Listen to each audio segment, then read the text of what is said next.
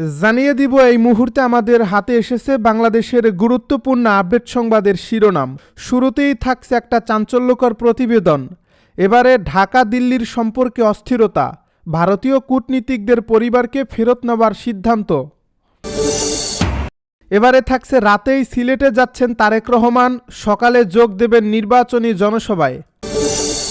আরও জানাবো তারেক রহমান নির্বাচনী প্রতিশ্রুতির লঙ্ঘন করেছেন দাবি নাসিরুদ্দিন পাটোয়ারীর। এদিকে জিয়াউর রহমানকে হত্যার মাধ্যমে বিএনপিকে ধ্বংসের চেষ্টা করা হয়েছিল দাবি বিএনপি নেতা খন্দকার মোশাররফের। সব শেষে জানিয়ে দিব ত্রয়োদশ জাতীয় নির্বাচনে প্রতিদ্বন্দ্বিতায় প্রায় 2000 প্রার্থী। এতক্ষণ শুনছিলেন হাতে থাকা আপডেট সংবাদের শিরোনাম, এবারে বিস্তারিত। তবে তার আগে অনুরোধ রইল ভিডিওটিতে একটি লাইক এবং কমেন্ট করে জানিয়ে দিন ভিডিও সম্পর্কে আপনার মূল্যবান মতামত। আরও জানিয়ে দিন ভিডিওটি কোথা থেকে দেখছেন বা কোন জেলা থেকে দেখছেন। ঢাকা দিল্লির সম্পর্কে অস্থিরতা, ভারতীয় কূটনীতিকদের পরিবারকে ফেরত নেওয়ার সিদ্ধান্ত। বাংলাদেশ ও ভারতের মধ্যকার বর্তমান কূটনৈতিক সম্পর্ক এক চরম উত্তেজনাকর পরিস্থিতির মধ্য দিয়ে অতিবাহিত হচ্ছে। গত 5 অগাস্টের রাজনৈতিক পট পরিবর্তনের পর থেকে দুই দেশের সম্পর্কের সমীকরণ দ্রুত বদলাতে শুরু করেছে।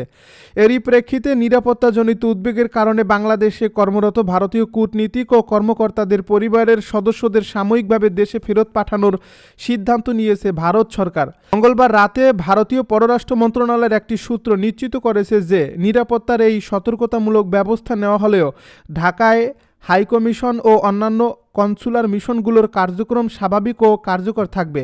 সাম্প্রতিক সময়ে আইপিএল সম্প্রচার নিষিদ্ধ করা এবং ক্রিকেটারদের নিরাপত্তা ইস্যুতে বাংলাদেশের তোলা আপত্তির বিষয়গুলো ভারতের নজরে এসেছে। এছাড়া দিল্লিতে অবস্থানরত বাংলাদেশের ক্ষমতাচ্যুত প্রধানমন্ত্রী শেখ হাসিনাকে দেশে ফিরিয়ে আনার আইনি প্রক্রিয়া এবং সেখান থেকে তার দেওয়া বিভিন্ন রাজনৈতিক বক্তব্যকে কেন্দ্র করে দুই দেশের সম্পর্কের টানাপোড়েন এখন তুঙ্গে। একদিকে সংখ্যালঘুদের অধিকার নিয়ে ভারতের উদ্বেগ, অন্যদিকে বাংলাদেশের পক্ষ থেকে সার্বভৌমত্বের প্রশ্ন, সব মিলিয়ে এক অস্থির পরিবেশ বিরাজ করছে, যা প্রায় রাজপথের বিক্ষোভ ও মিশনের সামনে ধস্তাধস্তিতে রূপ নিচ্ছে। এই নিরাপত্তা পরিস্থিতির পরিপ্রেক্ষিতে সতর্কতামূলক ব্যবস্থা হিসেবে মিশন এবং পোস্টগুলিতে কর্মরত কর্মকর্তাদের পরিবারবর্গকে ভারতে ফিরে যাওয়ার পরামর্শ দেওয়া হয়েছে। তবে ভারতের পক্ষ থেকে আশ্বস্ত করা হয়েছে যে এই সিদ্ধান্তের ফলে বাংলাদেশে তাদের কূটনৈতিক কার্যক্রমে কোনো ব্যাঘাত ঘটবে না। অন্যদিকে বাংলাদেশও ভারতীয় মিশনগুলোর সামনে একাধিকবার বিক্ষোভের ঘটনা ঘটেছে, যা পরিস্থিতিকে আরও জটিল করে তুলছে। রাতেই সিলেটে যাচ্ছেন তারেক রহমান, সকালে যোগ দেবেন নির্বাচনী জনসভায়। হযরত শাহজালালের মাজার জিয়ারত ও নির্বাচনী জনসভায় যোগ দিতে 2 দশক পর বুধবার সিলেটে যাচ্ছেন বিএনপির চেয়ারম্যান তারেক রহমান। এদিন রাত 8টা 15 বিমানযোগে সিলেটে পৌঁছানোর পর রাতেই শাহজালালের মাজার জিয়ারত করবেন তিনি। পরবর্তীতে বৃহস্পতিবার সকালে সিলেটের আলিয়া মাদ্রাসার মাঠের জনসভায় অংশ নিয়ে আনুষ্ঠানিকভাবে নির্বাচনী প্রচারণা শুরু করবেন বিএনপি চেয়ারম্যান। বুধবার এক সংবাদ সম্মেলনে বিএনপির নির্বাচন পরিচালনা কমিটির মুখপাত্র ও বিএনপির চেয়ারম্যানের উপদেষ্টা মাহদি আমিন এসব তথ্য নিশ্চিত করেছেন। সংবাদ সম্মেলনে তিনি জানান, বিএনপির চেয়ারম্যান তারেক রহমান নির্বাচনী প্রচারণা সিলেট থেকে শুরু করবেন।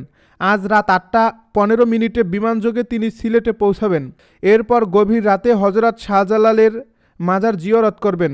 মাহদি আমিন জানান, বৃহস্পতিবার সকালে সিলেটের প্রথম নির্বাচনী জনসভায় যোগ দেবেন তারেক রহমান। এরপর পর্যায়ক্রমে মৌলভীবাজার, হবিগঞ্জ, ব্রাহ্মণবাড়িয়া, কিশোরগঞ্জ, নরসিংদী ও নারায়ণগঞ্জের জনসভায় অংশ নিয়ে ঢাকায় ফিরবেন। আর নির্বাচনী প্রচারণায় তারেক রহমানের সফর সঙ্গী হিসেবে থাকবেন ফ্যাসিবাদ বিরোধী আন্দোলনের দলের ত্যাগী নেতাকর্মীরা। তারেক রহমান নির্বাচনী প্রতিশ্রুতির লঙ্ঘন করেছেন দাবি নাসিরুদ্দিন পাটোয়ারীর। রাজধানীর করাইল বস্তিতে বড় ভবন নির্মাণ করে সেখানে ছোট ছোট ফ্ল্যাট দেওয়ার প্রতিশ্রুতিকে নির্বাচনী প্রতিশ্রুতির লঙ্ঘন হিসেবে আখ্যা দিয়েছেন এনসিপির মুখ্য সমন্বয়ক নাসিরুদ্দিন পাটোয়ারী। বিএনপির চেয়ারম্যান তারেক রহমানের দেওয়া ওই প্রতিশ্রুতির সমালোচনা করে তিনি নির্বাচন কমিশনের ভূমিকা নিয়েও প্রশ্ন তুলছেন। বুধবার ঢাকা বিভাগীয় কার্যালয় থেকে ঢাকা 8 আসনে এনসিপির প্রার্থী হিসেবে শাপলাকলি প্রতীক পাওয়ার পর সাংবাদিকদের সঙ্গে কথা বলেন নাসিরুদ্দিন পাটোয়ারী। সেখানেই তিনি এসব অভিযোগ করেন। নাসিরউদ্দিন পাটোয়ারি বলেন, তারেক রহমান করাইল বস্তিতে ফ্ল্যাট করে দেওয়ার প্রতিশ্রুতি দিয়েছেন, যা বাস্তবায়নযোগ্য নয়। এটিকে তিনি সরাসরি নির্বাচনী প্রতিশ্রুতির লঙ্ঘন বলে উল্লেখ করেন।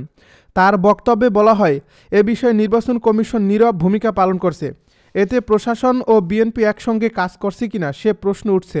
তারেক রহমানের ক্ষেত্রে এক ধরনের নীতি আর অন্যদের ক্ষেত্রে ভিন্ন নীতি অনুসরণ করা হচ্ছে বলেও অভিযোগ করেন তিনি। এ সময় বিএনপির ফ্যামিলি কার্ডসহ বিভিন্ন প্রতিশ্রুতিরও সমালোচনা করেন নাসিরউদ্দিন পাটোয়ারি। তিনি অভিযোগ করেন, বর্তমান নির্বাচন কমিশন হুদা রাকিব কমিশনের পথে এগোচ্ছে। বিএনপির পক্ষে একাধিক গণমাধ্যম কাজ করছে বলেও অভিযোগ তোলেন তিনি। তার ভাষ্য অনুযায়ী গণমাধ্যম দখল করা হয়েছে এবং অনেক গণমাধ্যম বিএনপির পক্ষেই ভূমিকা রাখছে। নিজের প্রার্থিতা প্রসঙ্গে নাসিরউদ্দিন পাটোয়ারি বলেন, দীর্ঘ লড়াইয়ের পর তিনি শাপলাকলি প্রতীক পেয়েছেন। প্রতীক বরাদ্দের ক্ষেত্রে নির্বাচন কমিশন তাদের সঙ্গে বৈষম্য করছে বলেও অভিযোগ করেন তিনি। জিয়াউর রহমানকে হত্যার মাধ্যমে বিএনপিকে ধ্বংসের চেষ্টা করা হয়েছিল দাবি খন্দকার মোশাররফের। বিএনপির স্থায়ী কমিটির সদস্য ও কুমিল্লা 1 আসনে বিএনপি মনোনীত প্রার্থী ডক্টর খন্দকার মোশাররফ হোসেন বলেছেন, শহীদ প্রেসিডেন্ট জিয়াউর রহমানকে পরিকল্পিতভাবে হত্যার মাধ্যমে বিএনপিকে ধ্বংসের চেষ্টা করা হয়েছিল।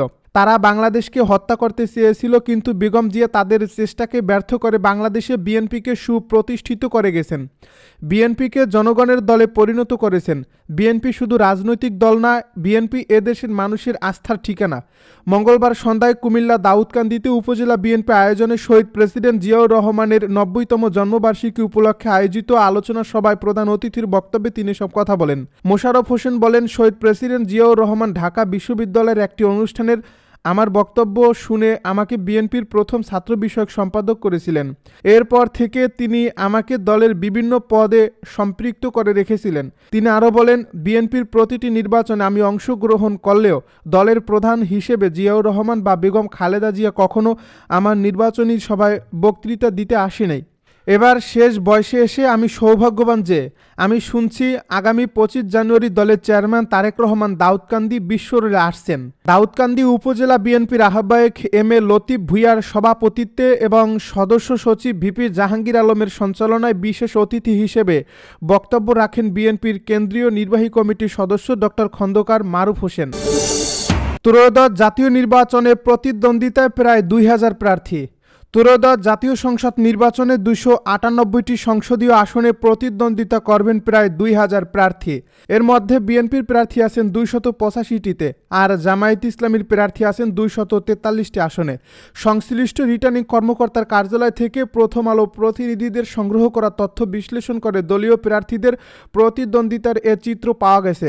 গতকাল মঙ্গলবার বিকেল 5টা ছিল প্রার্থিতা প্রত্যাহারের শেষ সময়। রাত 10টায় এই প্রতিবেদন লেখা পর্যন্ত নির্বাচন কমিশন কেন্দ্রীয়ভাবে প্রার্থিতা প্রত্যাহার সংক্রান্ত তথ্য জানাতে পারেনি। মোট কতজন প্রার্থিতা প্রত্যাহার করেছেন, কতজন প্রতিদ্বন্দ্বিতা করেছেন, কোন দলের কত প্রার্থী আছেন, সব তথ্য পাওয়া যায়নি। দলীয় সূত্রে বিএনপি ও জামায়াত ইসলামীর প্রার্থীর সংখ্যা জানা গেছে। আগামী 12 ফেব্রুয়ারি 300 সংসদীয় আসনে ভোট গ্রহণ করা হবে। একই দিনে হবে গণভোট। পাবনায় 1 ও 2 আসনের নতুন তফসিল অনুযায়ী আসন দুটিতে প্রার্থিতা প্রত্যাহারের সময় আছে 26 জানুয়ারি পর্যন্ত। বিভিন্ন জনমত জরিপের পূর্বাভাস বলছে, এবারের নির্বাচনে মূল প্রতিদ্বন্দ্বিতা হবে বিএনপি ও জামায়াত ইসলামীর মধ্যে। যুগপৎ আন্দোলনের শরিকদের সঙ্গে নির্বাচনে আসন সমঝোতা করছে বিএনপি। যে আসনগুলোতে ধানের শীষের প্রার্থী নেই, সেগুলোতে সমঝোতার ভিত্তিতে শরিকদের প্রার্থী রাখা হয়েছে। আবার অনেক আসনে দলীয় মনোনয়ন না পেয়ে বিএনপির নেতারা স্বতন্ত্র প্রার্থী হয়েছেন। অন্যদিকে জামায়াত ইসলামী সহ 10টি দল নির্বাচনী ঐক্য করছে। যেসব আসনে জামায়াত ইসলামীর দলীয় প্রার্থী নেই, সেখানে নির্বাচনী ঐক্যে থাকা শরিক দলের প্রার্থী আছে।